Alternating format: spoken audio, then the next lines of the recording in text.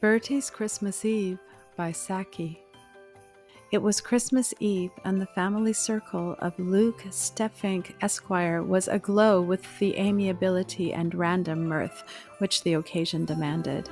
A long and lavish dinner had been partaken of, waits had been round, and sung carols.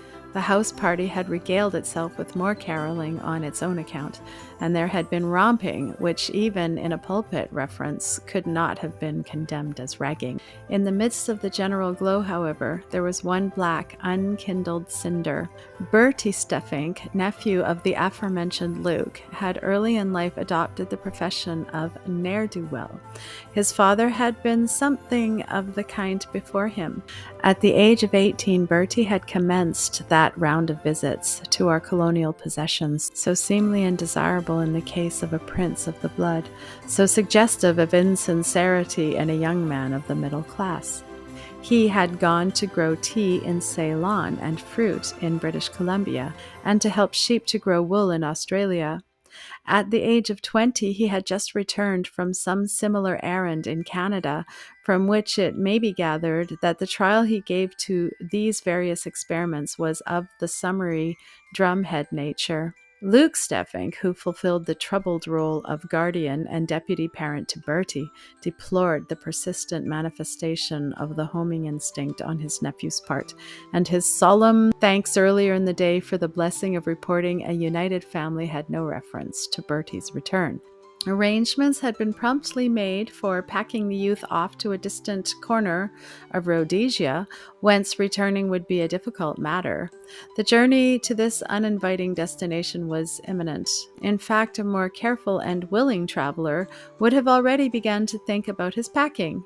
Hence, Bertie was in no mood to share in the festive spirit which displayed itself around him, and resentment smoldered within him at the eager, self-absorbed discussion of social plans for the coming months, which he heard on all sides. Beyond depressing his uncle and the family circle generally by singing "Say au revoir" and not goodbye, he had taken no part in the evening's conviviality. 11 o'clock had struck some half hour ago, and the elder 𝒕𝒓𝒔s began to throw out suggestions leading up to the process which they called retiring for the night. "Come, Teddy, it's time you were in your little bed, you know," said 𝒕𝒐𝒓𝒔 to his 13-year-old son. "That's where we all ought to be," said Mrs. 𝒕𝒓𝒔. "There wouldn't be room," said Bertie. The remark was considered to border on the scandalous. Everybody ate raisins and almonds with the nervous industry of sheep feeding during threatening weather. "In Russia," said Horace Bordenby, who was staying in the house as a Christmas guest, "I've read that the peasants believe that if you go into a cow house or stable at midnight on Christmas Eve, you will hear the animals talk. They're supposed to have the gift of speech at that one moment of the year." "Oh, do let's all go down to the cow house and listen to what they've got to say," exclaimed Beryl, to whom anything was thrilling and amusing if you did it in a troop. Mrs. 𝒕𝒓𝒔 made a laughing protest, but gave a virtual consent by saying, "We must all wrap up well, then." The idea seemed a scatterbrained one to her and almost heathenish, but if afforded an opportunity for throwing the young people together, and as such she welcomed it. Mr. Horace Bordenby was a young man with quite substantial prospects, and he had danced with Beryl at a local subscription ball a sufficient number of times to warrant the authorized inquiry on the part of the neighbors whether there was anything in it. Though Mrs. 𝒕𝒓𝒔 would not have put it in so many words, she shared the idea of the Russian peasantry that on this night the beast might speak. The cow house stood at the junction of a garden with a small paddock, an isolated survival in a suburban neighborhood of what had once been a small farm. Luke 𝒕𝒓𝒔 was complacently proud of his cow house and his 2 cows. He felt that they gave him a stamp of solidity which no number of Wyandottes or Orpingtons could impart. They even seemed to link him in a sort of inconsequent way with those patriarchs who derived importance from their floating capital of flocks and herbs, he-asses and she-asses.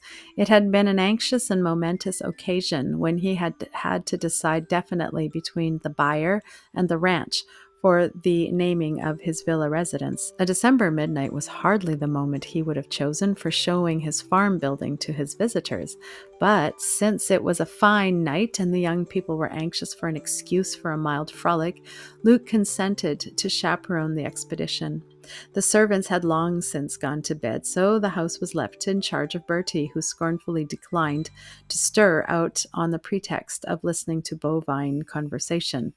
"We must go quietly," said Luke as he headed the procession of giggling young folk, brought up in the rear by the shawled and hooded figure of Mrs. 𝒕𝒐𝒓𝒔𝒄. "I've always laid stress on keeping this a quiet and orderly neighborhood." It was a few minutes to midnight when the party reached the cow house and made its way in by the light of Luke's stable lantern. For a moment everyone stood in silence, almost with a feeling of being in church. "Daisy, the one lying down, is by a short-horned bull out of a Guernsey cow," announced Luke in a hushed voice, which was in keeping with the foregoing impression. "Is she?" said Bordenby, rather as if he had expected her to be by a Rembrandt. "Myrtle is—" Myrtle's family history was cut short by a little scream from the women of the party. The cowhouse door had closed noiselessly behind them, and the key had turned gratingly in the lock. Then they heard Bertie's voice pleasantly wishing them good night, and his footsteps retreating along the garden path. Luke 𝒕𝒐𝒏𝒃 strode to the window. It was a small square opening of the old-fashioned sort, with iron bars let into the stonework. "Unlock the door this instant!" he shouted, with as much air of menacing authority as a hen might assume when screaming through the bars of a coop at a marauding hawk. In reply to his summons, the hall door closed with a defiant bang. A neighboring clock struck the hour of midnight. If the cows had received the gift of human speech at that moment, they could not have been able to make themselves heard. 7 or 8 other voices were engaged in describing Bertie's present conduct and his general character at a high pressure of excitement and indignation.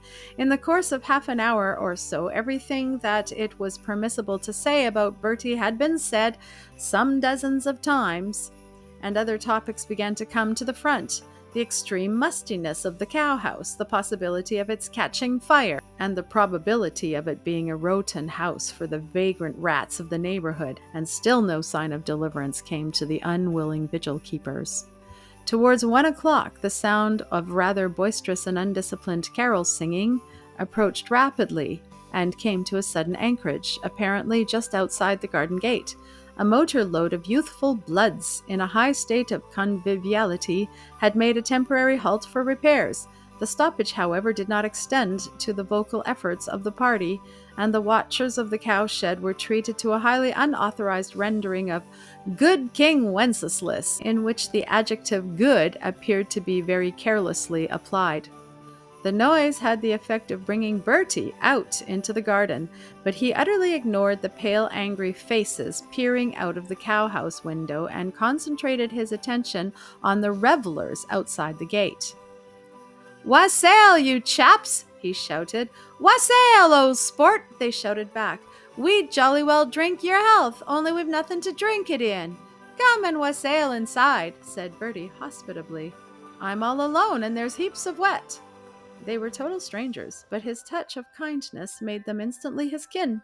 In another moment, the unauthorized version of King Wenceslas, which, like many other scandals, grew worse on repetition, went echoing up the garden path. 2 of the revelers gave an impromptu performance on the way by executing the staircase waltz up the terraces of what Luke 𝒕𝒐𝒃, hitherto, with some justification, called his rock garden. The rock part of it was still there when the waltz had been accorded its 3rd encore. Luke, more than ever like a cooped hen behind the cowhouse bars, was in a position to realize the feelings of concert-goers unable to countermand the call for an encore which they neither desire or deserve.